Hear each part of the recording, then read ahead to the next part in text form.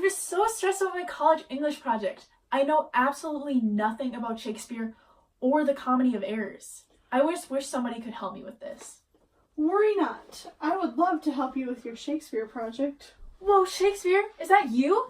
Yes, indeed, it is I. I would love to help you learn about the Comedy of Errors because I do happen to know a lot about it. After all, I did write it. Do you think you could tell me a little bit about yourself and a little bit about the Comedy of Errors as well? Yes, I would love to. I enjoy talking about myself. Thanketh thee so much. I oweth thee my own life. William Shakespeare was born on April 23, 1564, in Stratford-upon-Avon to Mary Arden and John Shakespeare. Although there are no personal documents to survive from Shakespeare's school years, it is evident that his literary work demonstrates the excellent education he received at the Stratford Grammar School. Here, amongst many things, he learned Latin grammar and Roman literature.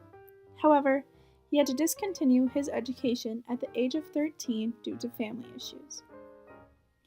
At the age of 18, he married Anne Hathaway and had 3 children with her. The names of the children were Susanna, Hamnet, and Judith.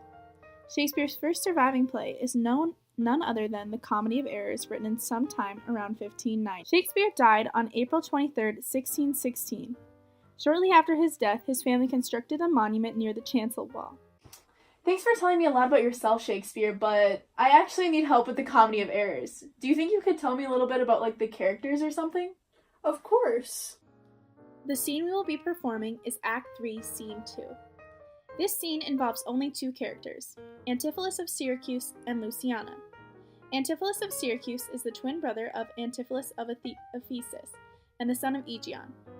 He has been traveling the world looking for his long-lost twin brother and mother. Soon enough, he finds himself confused as Adriana, Antipholus of Ephesus' wife, claims that he is her husband.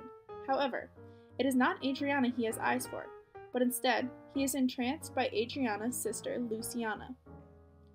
Luciana is the sister of Adriana. Adriana is the wife of Antipholus of Ephesus. She is very loyal to her sister, but she thinks that Adriana is not being treated fairly by Antipholus of Ephesus. She becomes very upset when Antipholus of Syracuse begins to take a liking to her because she thinks that her brother-in-law is trying to cheat on his wife with his wife's sister. Other important characters in the play include Antipholus of Ephesus, who is the twin brother of Antipholus of Syracuse and is the husband to Adriana.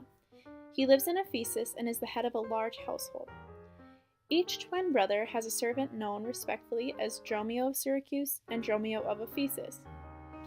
Antipholus of Ephesus has an extremely jealous wife known as Adriana, who causes a lot of tension within the play. Lastly, Aegeon is an important character in this play, being as he is both of the Antipholus' dad. He has been searching for not only Antipholus of Ephesus, but also Antipholus of Syracuse, who left Syracuse 7 years ago to find his twin brother, Antipholus of Ephesus.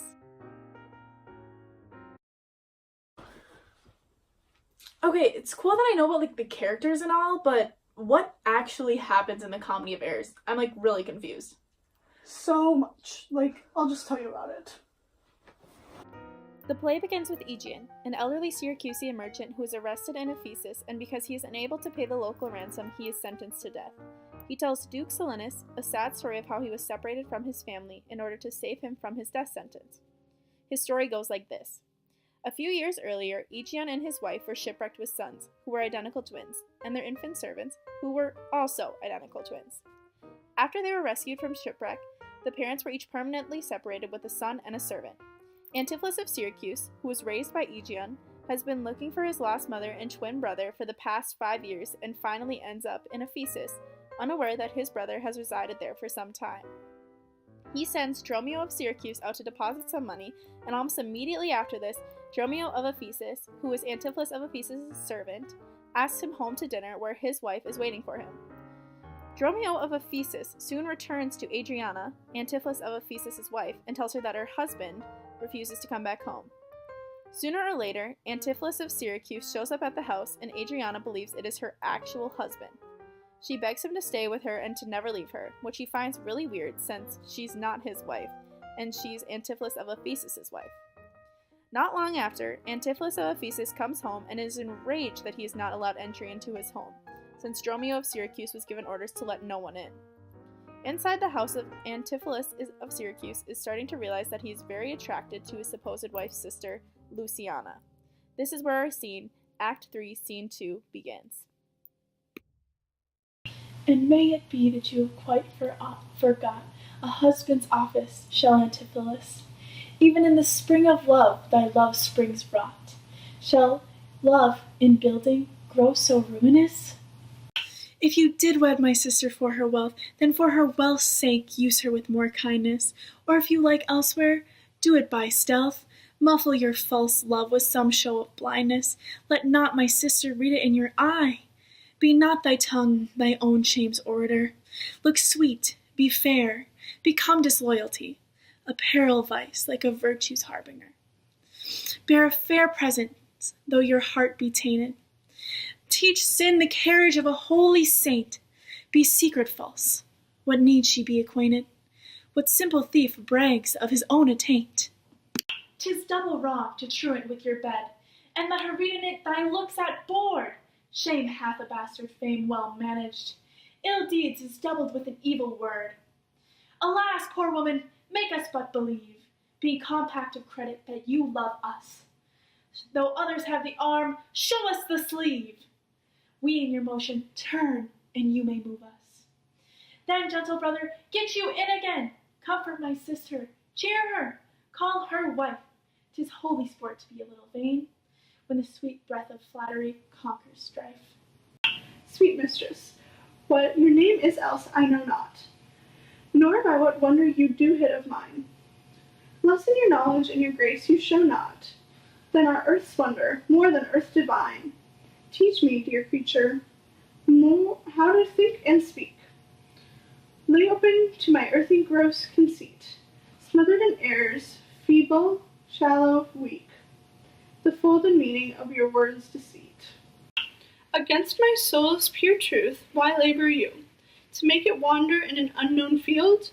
Are you a god? Would you create me new? Transform me then, and to your power I'll yield. But if that I am, then well I know, your weeping sister is no wife of mine. Far more, to you do I decline. O train me not, sweet mermaid, with my note, to drown me in thy sister's flood of tears. Sing, siren, for thyself, and I will dote. Spread o'er the silver waves thy golden hairs, and as a bed I'll take them in there lie, and in that glorious supposition think, he gains by death that how such means to die. Let love, being light, be drowned if she sink. What, are you mad that you do reason so? Not mad, but mated. How? I do not know. It is fault that springeth from your eye. For gazing on your beams, fair sun being by.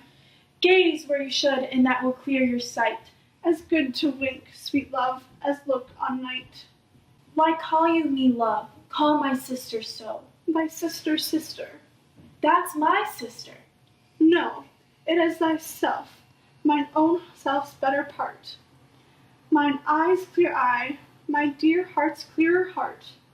My food, my fortune, and my sweetest hope's aim, my soul, earth's heaven, and my heaven's claim. All this my sister is, or else should be. Call thyself sister, sweet, for I am thee. Thee will I love, and with thee lead my life. Thou hast no husband, nor I no wife. Give me thy hand. O soft air, hold me still. I'll fetch my sister to get her goodwill. Immediately after this scene takes place, Dromio of Syracuse comes in to talk about a woman that he just met. Nell, who is the maid of Antipholus of Ephesus and Dromio of Ephesus' wife. He gives a lengthy description of who she is. Later, Angelo enters the house with the chain that he intends on giving to Antipholus of Ephesus and gives it to Antipholus of Syracuse, who is very confused as to what he's supposed to do with it after he receives it, because he believes that he never ordered it. even though Angelo insists that he ordered it twice. In the next scene, there is a second merchant to whom Angelo owes a large sum of money. Angelo is certain that he will have the money later in the day because Antipholus will pay him back for the chain. The second merchant is fine with the arrangement, but he says that he needs the money tonight because he is leaving town. Angelo then runs into Antipholus of Ephesus and asks for the payment for the necklace that he had previously given to him. Antipholus insists that he never received the necklace and is thrown in jail. Adriana and Luciana discuss why Antipholus is in jail, and Luciana tells Adriana about the love proclamation made earlier in the day. The next scene is between Dromio and Antipholus of Syracuse trying to find out what they both have been doing during the day. Dromio of Ephesus shows up at the jail to talk to Antipholus, but everyone's story for the day is all screwed up because no one is aware of the identical twins. Angelo apologizes to the goldsmith, whom he owes the money, but he states that he does not understand why Antipholus has not paid him yet. Angelo confronts Antipholus of Syracuse, and Antipholus states that he never denied having the necklace.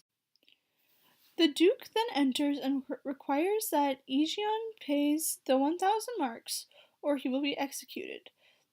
The Duke sees Adriana and remembers the promises he made to her when she married Antipholus, so he goes to talk to her before the execution.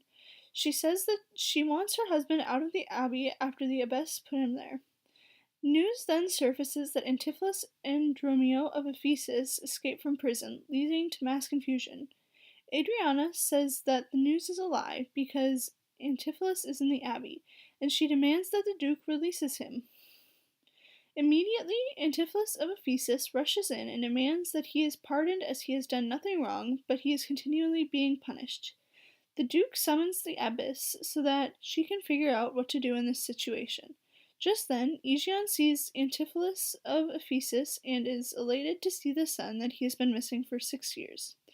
Antipholus has no idea who the man is, and he insists that he does not have a father. The abbess comes in, bringing Antipholus and Dromio of Syracuse, and immediately everyone put the pieces together. She recognizes Aegeon, and she explains what happened to her after the separation. A Corinthian fisherman took Antipholus and Dromio of Ephesus, leaving her alone to become a nun.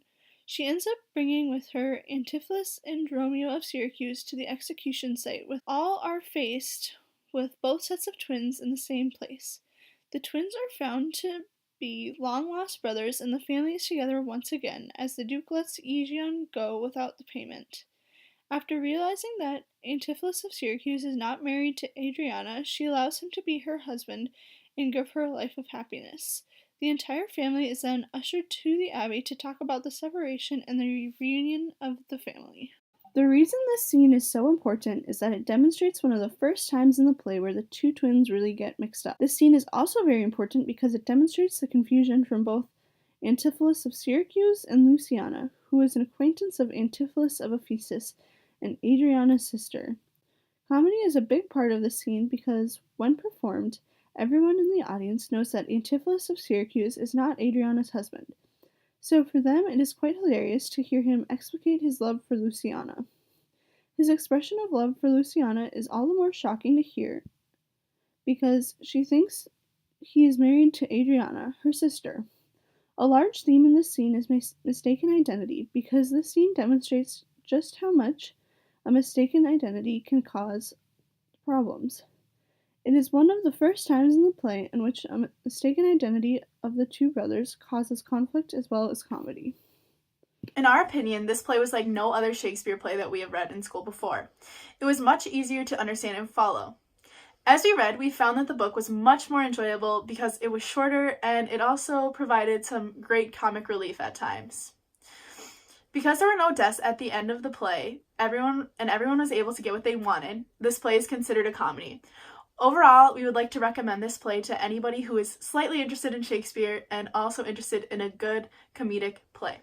Professionals tend to agree that the play is not the best work done by Shakespeare because it was one of his earliest plays. Critics also find that the play is enjoyable because of the confusing but comical tone that it has. Some critics do, however, wonder how the play could possibly be acted out on stage because the characters would have to be wearing the same or similar clothes in order to make it seem believable. But there would also have to be distinguishable differences between the twins to make it understandable to watch.